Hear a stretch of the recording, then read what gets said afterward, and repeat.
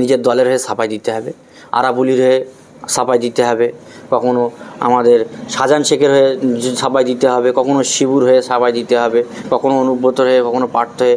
যেই বেশি কিছু হয়ে যায় দল ওকে সাসপেন্ড করেছে, ওটা ওর ব্যাপার, এর সঙ্গে দল জড়িত নয়। আরে দলের যিনি তৈরিকতা দাতা, যিনি দল প্রতিষ্ঠিত করেছে, তিনি মুখ খুলুক না যে আরাবুল আমার কেউ না, শাহজাহান শেখ আমার কেউ না, অনুব্রত আমার কেউ না। এই সমস্ত ভাড়াটিয়া মুখপাত্র দিয়ে দল চলে না, বাংলার মানুষ জানে। এবং ওনাদের মুখ সামলে কথা বলাটা উচিত। ওনারা কোনো নয়, ওনারাও যেদিন জড়িত পড়বেন ওনাদের হয়ে আরেকজন মুখ খুলবে, তখন বলবে উনিও আমার দলের কেউ না। তখন কী হবে? অতএব হাত চুলকুনি তিনি চুলকো, কাউ চুলকোতে যেও না। চুলকোতে গিয়ে কেউ না ওকেও বলো না, একদিন কেউ থাকবে না, চাটা কম্বল গুছিয়ে কালীঘাটে টালির চালে গিয়ে বসে থাকতে হবে। বিভিন্ন সময় দেখেছি এই আরাবুল ইসলাম ভাঙড়ের প্রাক্তন সিপিআইএমের বিধায়ক ছিলেন একসময়, রাজ্জাক মোল্লা, তাকে মার দেখতে চেয়েছি। একটা সময় শুনেছি কাশীপুর থানায় ঢুকে কাশীপুর থানার পুলিশ অফিসারের টেবিলে বাড়ি মারা, পুলিশ অফিসারদের উপরে চড়োয়া হওয়া, ভাঙড় মহাবিদ্যালয় কলেজের অধ্যাপিকাকে জগ ছুঁড়ে মারা, ভাঙড় নারায়ণপুর হাই স্কুলে ঢুকে সেখানে মাধ্যমিক পরীক্ষা চলছিল, সেই সময় তার প্রভাব খাটিয়ে সেই সমস্ত মাধ্যমিকের প্রশ্ন প্রকাশ্যে আনা এবং সেই সমস্ত ম্যামদেরকে বিভিন্ন ভাষায় কথাবার্তা। এলাকার ব্যাপক যে সমস্ত মানুষ, সাধারণ মানুষ বাইরে থেকে এসে জমি জায়গা কেনাতে শুরু করে বিভিন্ন কোম্পানি, বিভিন্ন কর্মস্থান বানাতে চায়, তাদের থেকে ব্যাপক মোটা অঙ্কের টাকার বিনিময়ে আরাবুল ইসলাম এলাকায় তার ব্যক্তিগত শয় সম্পত্তি, বিঘা সম্পত্তি, এবং তিনি প্রচুর টাকার মালিক। কোথায় থেকে হয়েছে? একমাত্র এই প্রশাসনের মদতেই। যেভাবে তিনি দাপিয়ে বেড়াচ্ছিলেন, আরও যদি কয়েকটা মাস থাকতো ভাঙড়ে আরও ব্যাপক অশান্তি হতো। কারণ আরাবুল ইসলাম সহ আরাবুল ইসলামের দলবল যেভাবে আইএসএফের প্রতি উঠে পড়ে লেগেছিল যে ভাঙড় থেকে আইএসএফ ঘটাতে হবে, কারণ তারা 21 সালে ভাঙড়ে পরাজিত হয়েছে আইএসএফের কাছে, নওশাদ ভাইকে এর কাছে। পঞ্চায়েত ইলেকশনে এত অশান্তির পরেও যেটুকুনি যা ইলেকশন হয়েছে, সেই জায়গায় দাঁড়িয়ে ব্যাপকভাবে আইএসএফের দিকে মানুষের এখনও মন আছে, বা ব্যাপকভাবে ভোট দিয়ে সেই সমস্ত ক্যান্ডিডেটদের বিপুল ভোটে জয়ী করেছে। অতএব ওদের মাথা খারাপ হয়ে যাচ্ছে। যেভাবে 2018 পর থেকে ভাঙড়ে যেভাবে আরাবুল ইসলাম রাজ করে বেড়াতো, 21-এর পর থেকে সেই ক্ষমতা তিনি ক্ষয় হচ্ছিল, এবং তিনি তার ওপর নেতৃত্বের কাছে মুখ পাচ্ছিল না যে কী করছিস ভাঙড়ে, তোর মানুষ তোর মুখ দিকে নেই কেন, আমাদের দলের দিকে নেই কেন। তখনই একটা ব্যাপক টালবাটাল, মানুষ প্রতিবাদ করতে শিখেছে, মানুষ প্রতিরোধ করতে শিখেছে। সেই জায়গায় দাঁড়িয়ে সাধারণ মানুষ আইএসএফের সঙ্গে আছে, আইএসএফকে নিয়ে আগামী দিন সুস্থ ভাঙড় গড়ে তুলবে। বলবেন, আপনারা জানেন আরাবুল ইসলামের নামে বিগত 21 সালের নির্বাচন পর থেকেই বা পঞ্চায়েত নির্বাচনে যে অশান্তি ভাঙড়ের বরং এই কয়েক বছর হয়ে আসছে। আরাবুল ইসলামের নামে কাশীপুর থানাসহ বিভিন্ন প্রশাসনিক দপ্তরে ভাঙড়ের সাধারণ মানুষসহ আইএসএফ কর্মীবৃন্দ যারা নিহত আহত হয়েছেন, প্রত্যেকের পরিবার বা বিভিন্ন সময় আইএসএফ কর্মীদের প্রতি যেভাবে আক্রমণ আরাবুল ইসলামের গলায় বা আরাবুল ইসলামের নেতৃত্ব গুন্ডা বাহিনী দিয়ে যে সাধারণ মানুষের প্রতি অত্যাচার এবং আইএসএফ কর্মীদের প্রতি অত্যাচার, আমরা অনেক সময় অনেক ক্ষেত্রে বিভিন্ন প্রশাসনিককে জানিয়েছিলাম, কিন্তু কোনো প্রশাসন ওনার বিরুদ্ধে অ্যাকশান নেয়নি। ক্ষমতার বহলে এলাকার কিছু প্রভাবশালী নেতা শাসক দলে তাদের মদতে এলাকায় দেখিয়ে বেড়াচ্ছিল, এবং বর্তমান ভাঙড় বিধানসভার বিধায়ক নওশাদ সিদ্দিকী মহাশয়ের আরাবুল ইসলামের অন ক্যামেরায় মিডিয়ার মাধ্যমে বা আমরা মোবাইলে ফেসবুকে লাইভ বিভিন্ন ক্ষেত্রে দেখেছি এই নওশাদ সিদ্দিককে মারতে হবে, ভাঙড়ে ঢুকতে দেবো না, ওকে পিঠের চামড়া তুলে নেবো, আইএসএফ কর্মীদের ঠ্যাং ভেঙে নেবো, আইএসএফ সেলিব্রেশ, নানান কুভাষা। যে ভাঙড়ের যে পঞ্চায়েত নির্বাচনে যে আইএসএফদের রক্ত ঝরেছে, এর পিছনে আরাবুল ইসলামের হাত এবং আরাবুল ইসলামের নেতৃত্বে এই ঘটনা ঘটেছিল।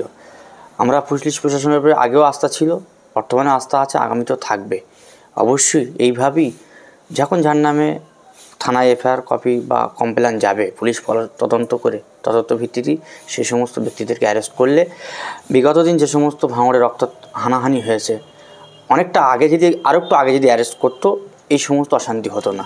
যাক, বর্তমান সময়ে দাঁড়িয়ে পুলিশ প্রশাসন যে অ্যাকশান নিয়েছে, আমরা প্রশাসনের প্রতি আস্থা ছিল, সে আস্থা রেখে আস্থার প্রতি আমাদের আরও ভরসা বেড়ে গিয়েছে। এইভাবে যদি পুলিশ প্রশাসন ভাঙড়ের যে কোনো ব্যক্তি যদি কোনো রকম উস্কানিমূলক বক্তব্য বা কোনো রাজনৈতিক দলের প্রতি যদি শেকড় তুলে দেবো, আইএসএফ কর্মীদেরকে ধুলোর মতন উড়িয়ে দেবো, পায়ে দড়ি বেঁধে ঘোরাবো, এই সমস্ত কথাবার্তা যেসব রাজনীতিক নেতাদের মুখের দ্বারায় বার হয়ে আসে, সেই সমস্ত নেতাদের যদি অবিলম্বে পুলিশ প্রশাসন এইভাবে যদি আইনের আওতায় এনে তাদেরকে যদি আইনি শাস্তি দেয়, তাহলে সেই সুস্থ ভাঙড় থাকবে।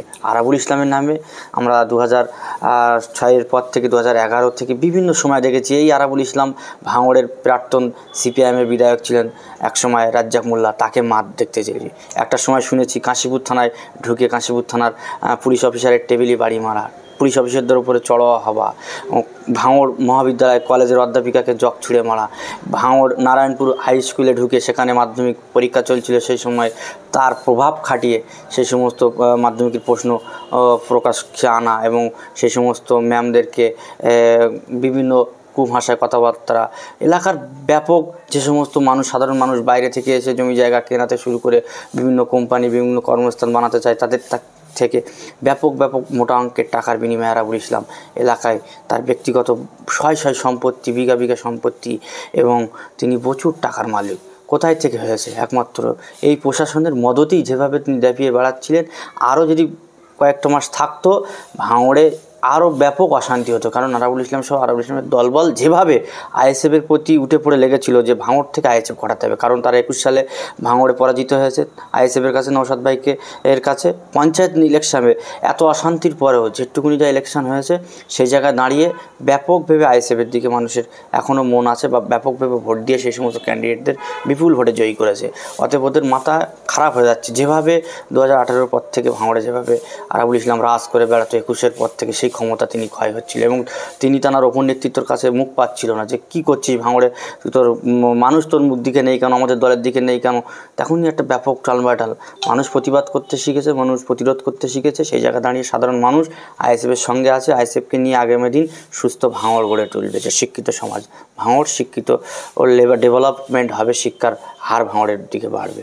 কেস রেজিস্ট্রেশন করে তার বিরুদ্ধে আইএসএফের কর্মীরা যাদের নাম আছে তাদেরকে ধরা হচ্ছে, কিন্তু রশিদ লস্কর যে মার্ডার হয়েছে তার বিরুদ্ধে তো কোনো কিছু হচ্ছে না, কি বলবেন? সেটা পুলিশ প্রশাসনই জানে, থানার পরিবার বা থানার যারা আছে তারা প্রশাসনকে কিভাবে কেস ফাইল করে বা থানাকে কিভাবে লিখিত কমপ্লেন দিয়েছে সেটা প্রশাসন বলতে পারে। তো আমরা তো প্রশাসনের আধিকারিক না, আমরা একটা রাজনৈতিক দলের এবং বর্তমানে আমরা জনপ্রতিনিধি।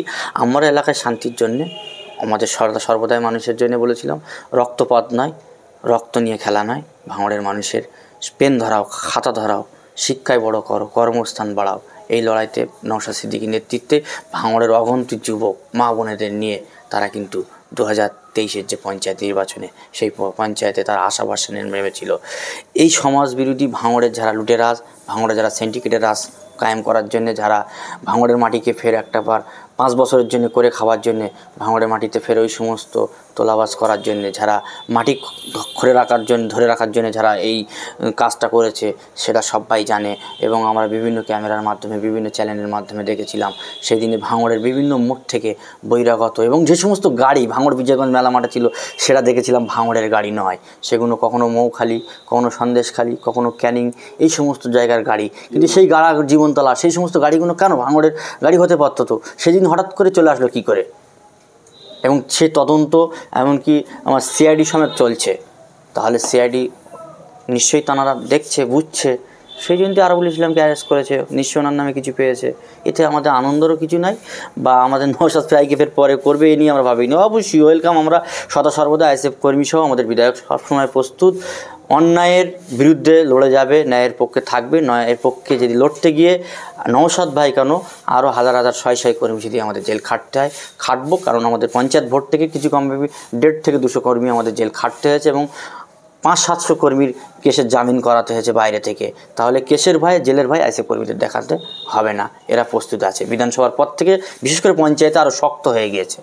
দিদির তৈরি করা ওরা মুখপাত্র, ওরা তো ওইটাই করতে পারে, ওরা চাকরি পায়, মাসে মাইনে পায়, সাফাই দিতে হবে, নিজের দলের হয়ে সাফাই দিতে হবে, আরাবুলির হয়ে সাফাই দিতে হবে, কখনো আমাদের শাহজাহান শেখের হয়ে সাফাই দিতে হবে, কখনো শিবুর হয়ে সাফাই দিতে হবে, কখনো অনুব্রতর হয়ে, কখনো পার্থ হয়ে।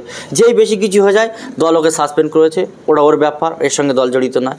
আরে দলের যিনি তৈরি কথা দাতা, যিনি দল প্রতিষ্ঠিত করেছে তিনি মুখ খুলুক না যে আরাবুল আমার কেউ না, শাহজাহান শেখ আমার কেউ না, অনুব্রত আমার কেউ না।